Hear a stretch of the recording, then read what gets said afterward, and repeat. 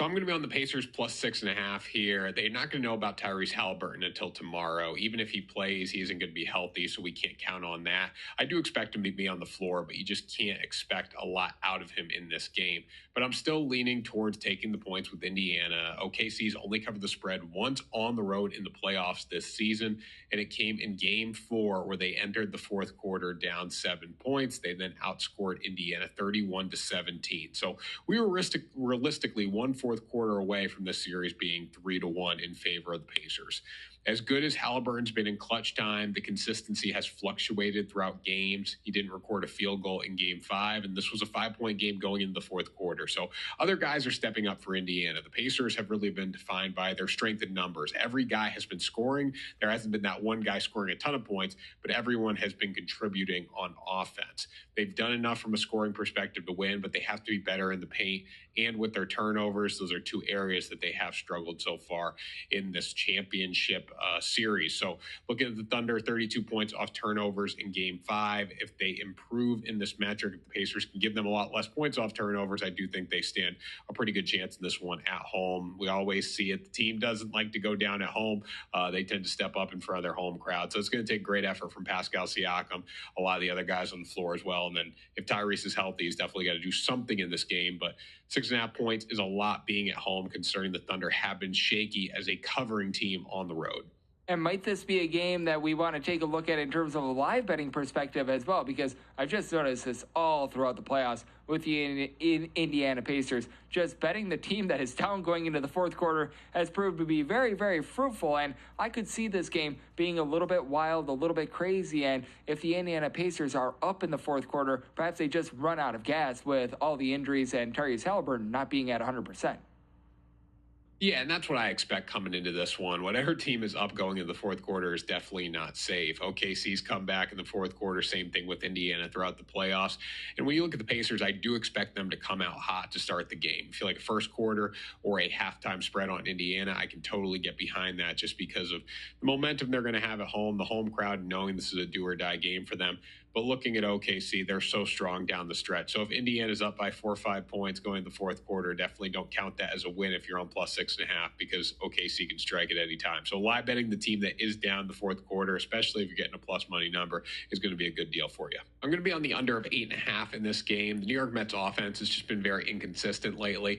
Juan Soto is heating up in the past week, but I trust Spencer Strider to pitch around the big bats in New York's lineup. When you look at Strider, 1-5 on the season, but the Braves really haven't delivered for him offensively when he's on the mound. He has a 220 opponent batting average, 194 in the past 15 days, 37 strikeouts in 31 innings, and a 1.16 whip. So he's been really good. When Strider's on, he's fantastic. Don't let the record fool you. On the flip side, Clay Holmes is going to pitch the Mets 7-3 with a 2.87 ERA, whip right around 1 as well. Has a walk issue at times, and that could hurt him in this game. It could also hurt our under bet, but he's very good at keeping hitters off balance. He's going to pitch to contact, and he's going to find ways to get soft contact throughout games. Braves are 22nd in runs scored this season. And while they have plenty of power bats throughout that lineup, I'll take my chances on 2 really solid pitching staffs, especially if this game can get to the later innings, low scoring. The New York Mets have one of the best bullpens in baseball. I do trust some of the pitchers in the Braves bullpen as well. So I don't see this being a high-scoring game, especially if the starters can deliver early. But I do think the Blue Jays are the slightly better team in this spot, especially with the pitching matchup. So I'm going to take them first half -0.5. Ryan Nelson has a 7.5 ERA in 18 innings on the road this season. He's allowed 15 earned runs in 18 innings on the road. Pitched 6.2 innings during the day as well. And I know it's not a massive sample size, but he has a 375 opponent batting average during the day. So that's not a positive indication if you're going to be on the Diamondbacks in this game. Kevin Gausman, we know what we're going to get with him. 3.3 ERA at home with 41 strikeouts in 35 and third innings.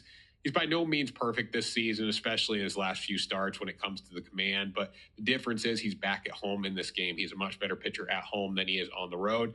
In the past 2 games, he has been the visitor. So I like the Blue Jays to get out to a hot start here, especially what they did with the bats tonight. I think they can replicate that again, and they do have the starting pitching advantage. So I will lean towards them in the first half without any question. I hate to do it. I really do. But, staying away from home teams on the run line is usually my thing. But I'll make the exception with the Dodgers. Los Angeles has their ace on the mound, Yoshinobu Yamamoto. He's been exceptional this season, 2.64 ERA, whip right around 1. 90 strikeouts in 78.1 innings. But I want to give Ryan Berger his flowers. He's been fantastic, especially since transitioning into that starting role. He's got a 293 with a 189 opponent batting average in 3 starts this season. He's now going to face the best offense he's seen in his big league career, and I expect him to rise to the occasion. Don't get me wrong. So if you're thinking about Dodgers in the first 5, I'd be a little hesitant here, especially with how good Berger has been so far this season. With that being said, though, San Diego's bullpen, Dodgers have gotten to them so far this year. I think if the Dodgers can get a few runs early off Berger, they're going to have a good chance to not only win this game, but cover and win by multiple runs here. So they got to start hot. If they do that, I think they're going to have success off the bullpen. And I expect Yamamoto to put together a really solid start. And if he does that, the Dodgers are in a great shape to win by 2+ runs here.